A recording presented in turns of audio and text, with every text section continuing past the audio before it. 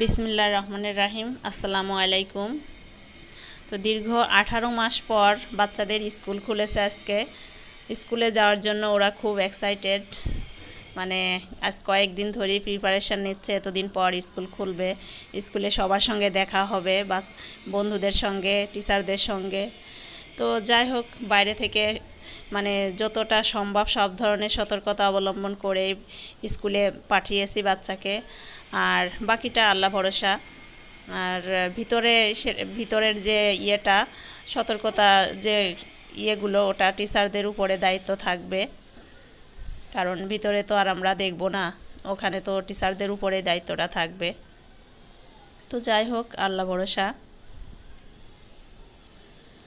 এই যে ওরা স্কুলের গেটে দাঁড়িয়ে আছে স্কুলে ঢোকার জন্য। তো আজকে আমি মটর ডাল রান্না করব, মানে মটর ডাল দিয়ে পাতলা ডাল রান্না করব। আশা করি রেসিপিটা আপনাদের ভালো লাগবে। তো এই ডাউলটা কিন্তু সবসময় খাওয়া হয় না রেগুলার। আমরা মসুরির ডাউল যেমন রেগুলার খাই, তো এই ডাউলটা ওইভাবে রেগুলার খাওয়া হয় না, মাঝে মধ্যে খাওয়া হয়।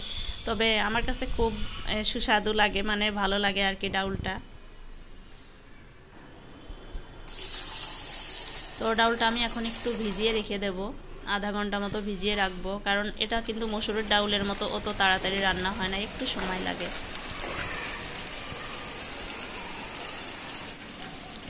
আর বাইরে বৃষ্টি হচ্ছে প্রচুর।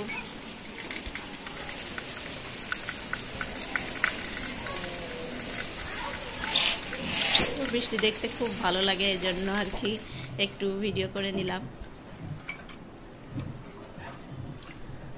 ডাউলটা এখন আমি ভালো করে পরিষ্কার করে নিচ্ছি। আর এই ডাউলে একটু খোসা থাকে, এই জন্য একটু ভালো করে কষলিয়ে ধুতে হবে, যাতে খোসাগুলো চলে যায়।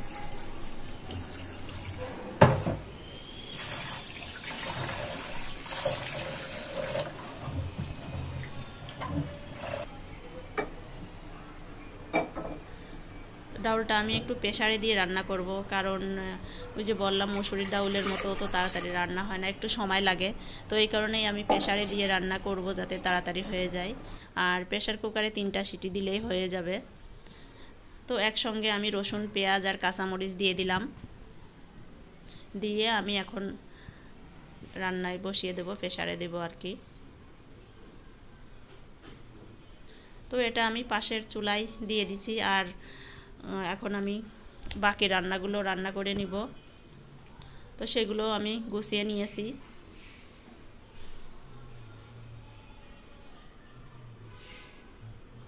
তো এখানে আমি করলা ভাজি করব, তো সামান্য তেলে আর কি একটু জিরা দিয়ে দিয়েছি, সামান্য জিরা দিয়ে আমি এখন করলাটা দিয়ে দিলাম। আর করলার মধ্যে আমি একটা আলু কেটে দিয়েছি। তো এখানে আমি মরিচ দিয়েছি আর লবণ হলুদ দিয়ে একটু নেড়ে নিব, নিয়ে তারপর আমি নামানোর একটু আগে দেব, পেঁয়াজটা দিব। পেঁয়াজটা আগে দিলে পেঁয়াজটা বেশি রান্না হয়ে যায়, তো এই কারণে পেঁয়াজটা যাতে একদম গলে না যায়, একটু আস্ত থাকে, এই কারণে আমি আর কি পরে দিই পেঁয়াজটা করলা ভাজিতে। তো এইভাবে করলা ভাজি করলে অনেক টেস্ট লাগে। করলাটা চুলায় দিয়ে অল্প, মানে নিভু আছে ঢেকে দিয়ে রান্না করতে হয়, ভাজিটা করতে হয়, তাহলে সফট হয়ে রান্না হয়, খুব সুন্দর হয় আর কি রান্নাটা। আর এই যে আমি আরেকটা সবজি রান্না করব, তো এখানে আমি ধুন্দল নিয়েছি, পটল নিয়েছি, আলু নিয়েছি, নিয়ে এটা আমি ট্যাংরা মাছ দিয়ে মানে মাখা মাখা ঝোল করব। এটা আমি হাতে মাখিয়ে দিয়েছি, সব মশলা একসঙ্গে বেটে দিয়ে আমি হাতে মাখিয়ে দিয়েছি আর কি, মাখা ঝোল যেটা বলে। বেশি ঝোল থাকবে না, একদম মানে সবজি সমান করে, সবজির নিচে সামান্য একটু ঝোল রাখবো। আর আমার কাঁচামরিচটা আগে দিতে মনে ছিল না, তো এখন আমি দিয়ে দিলাম। আর এই যে আমার তাসদিদ রাগ করে ভাত খাচ্ছে, চশমা পরে আর কি, খাইয়ে দেয়নি, ও খাওয়াই দিতে বলছিল, খাইয়ে দেয়নি, এই জন্য রাগ করে চশমা পরে রাতে খেতে বসছে।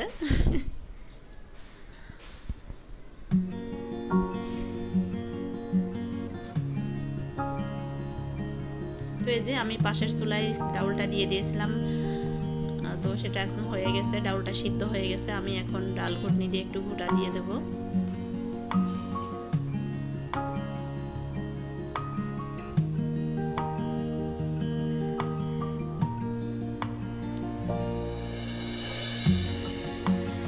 তো এখন আমি এটা থেকে চেঞ্জ করে নেবো, এই পাতিলে দিয়ে দিব প্রেসার কুকার থেকে।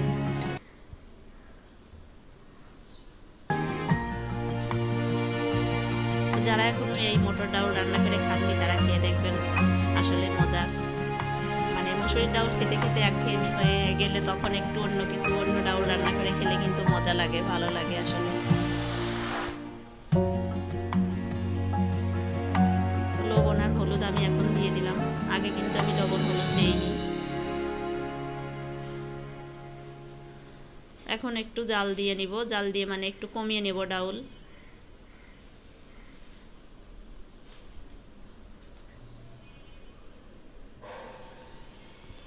আর এই যে জিসানের আব্বু অফিস থেকে আসছে, এখন ঘরে আমরা ছিল, তো এগুলো কেটে আমরা এখন সবাই মিলে খাবো।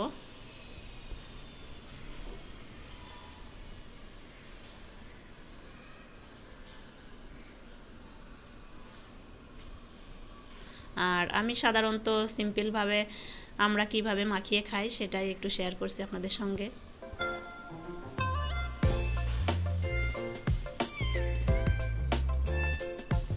এখানে আমি কাঁচামরিচ কেটে নিয়েছি, আর দিয়ে দিচ্ছি একটু লবণ।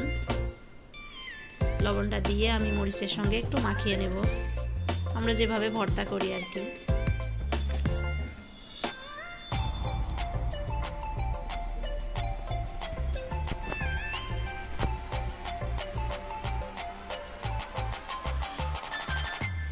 আর দিয়ে দিচ্ছি একটু ধনে গুঁড়া। তো এভাবে আমরা মাখিয়ে খেয়ে দেখবেন, আশা করি ভালো লাগবে। মানে আমি হাতের কাছে থাকা মশলা দিয়েই করলাম। তো ডাউলটা আমার হয়ে গেছে, আমি এখন তেলে দিব।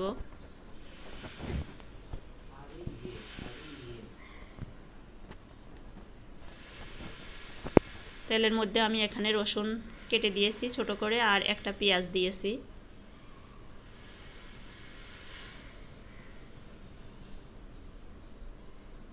আর দুইটা শুকনা মরিচ দিয়ে দিলাম আমি একটু ফ্লেভারের জন্য, একটা তেজপাতা দিলাম,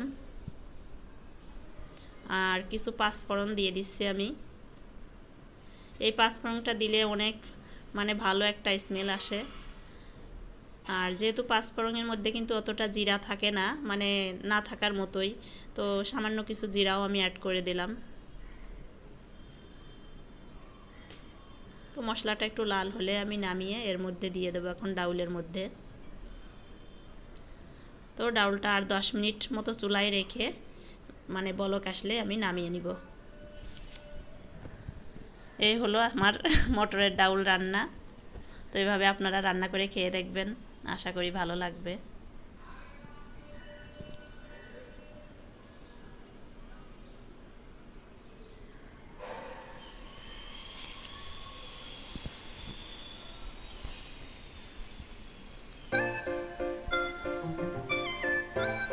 আর এই যে লিকুইড ভীম নিয়ে আসছিল, আমি এটা এখন কৌটায় ঢেলে নিব।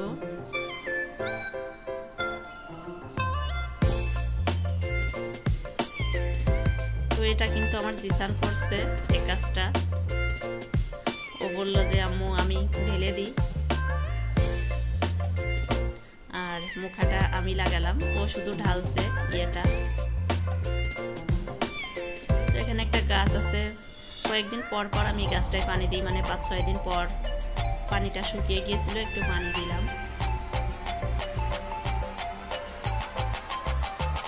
আর এই যে বিকালে নাস্তার জন্য আমি নান রুটি তৈরি করেছি, আর কিছু চিকেন ফ্রাই করে নিয়েছি। তো নানগুলো অনেক হয়েছিল, মানে সফট হয়েছিল, খুব সুন্দর হয়েছিল।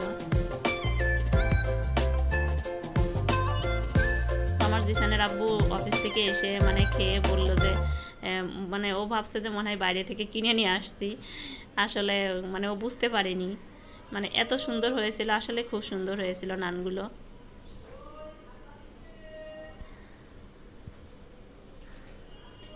তো কেমন লাগলো আমার ভিডিওটা কমেন্টে জানাবেন। ভালো লাগলে প্লিজ একটা লাইক দিবেন, শেয়ার করবেন ফ্রেন্ডস অ্যান্ড ফ্যামিলির সঙ্গে।